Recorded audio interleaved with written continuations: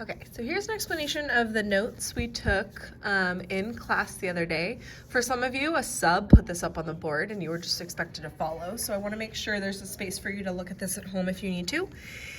It is possible to look up all of this stuff online, of course. Any systems, there's a lot of resources online, but there's not very many resources about finding from standard form. So I'm going to talk specifically about this little section and how to graph these. So a standard form equation is one where there's a number in front of x, like 2x, and a number in front of y, like, 5y, and that equals something. So I might say that equals 15. Now there's two numbers, x and y, that you guys could make up that would plug in 2 times something plus 5 times something else that would equal 15. And if you can figure out those two numbers, you have a coordinate point, and that's the coordinate point you graph. However, I know that some students should not have to do this in their head. You could come up with the numbers yourself. In fact, it's easier to come up with a number for only one of them. And so we do that by finding the intercepts, because one of those coordinate points is 0. So if I set x equal to 0, or maybe you already thought this, well, hey, if y is 3, so if I set x equal to 0, this is what it usually looks like. First step, set x equal to 0. When you plug in 0 for x, all of the x's go away, because anything times 0 is 0. That will always happen. And then you're left with just 5 times what equals 15.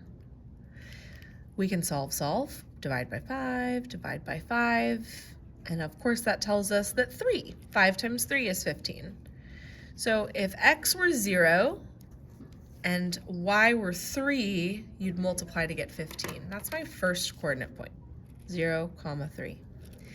If I have a graph, I could put that on the graph right now. I could go to 0, 1, 2, 3, and I could put a point. Beautiful. Now I only need to find one more coordinate point. Now, if you want to do this in your head, absolutely, you can make up another coordinate point. You could plug in a 1 or a 2 or a 3 or a 4. You could plug in any number you want for x, set x equal to 1, and then solve, set x equal to 2, and then solve. But typically, we want to just set the y value equal to 0, because then this will go away. And I think it creates usually a pretty easy process for most students. So this time, instead of plugging in x equals 0, I'm going to plug in y equals 0, and all of this is going to go away. I'm going to get 2 times x plus 5 times 0, which is nothing, has to equal 15. And then I get 2x equals 15. And so I need to figure out 2 times what is 15. Well, half of 15 is not a whole number. It's 7.5, but I can still estimate that on a graph, and I can still consider that a coordinate point.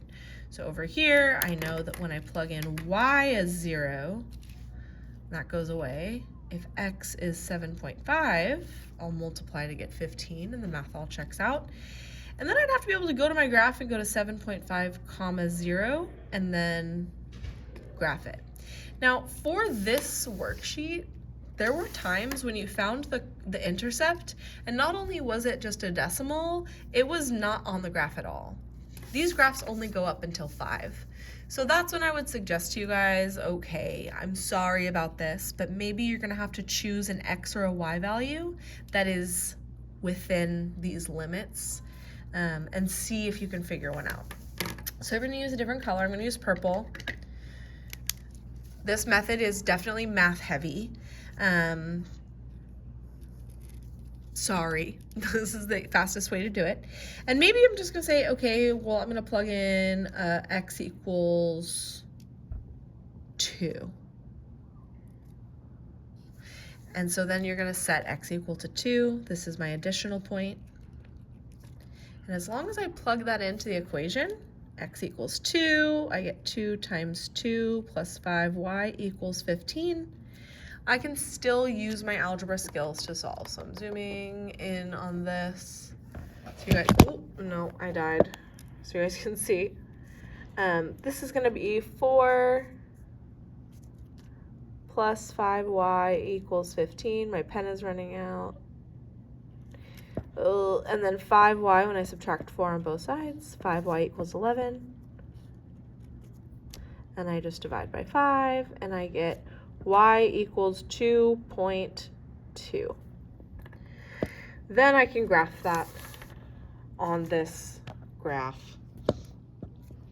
And hopefully I'll figure out at least 2 points to cross them. Sorry, I need to set this back up. Okay, cool. So yes, you need some extra space, you need some extra work here, or last case scenario, of course, go onto Desmos and type these in. I would be absolutely fine with you typing in, finding some coordinate points on Desmos, and then just mimicking them on your graph and turning it in like that.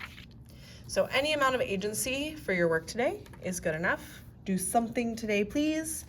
Everybody should be able to figure out this worksheet from yesterday. On the back, you need 2 different tables, and then the rest of it is just plugging in math to check and see if something is a solution.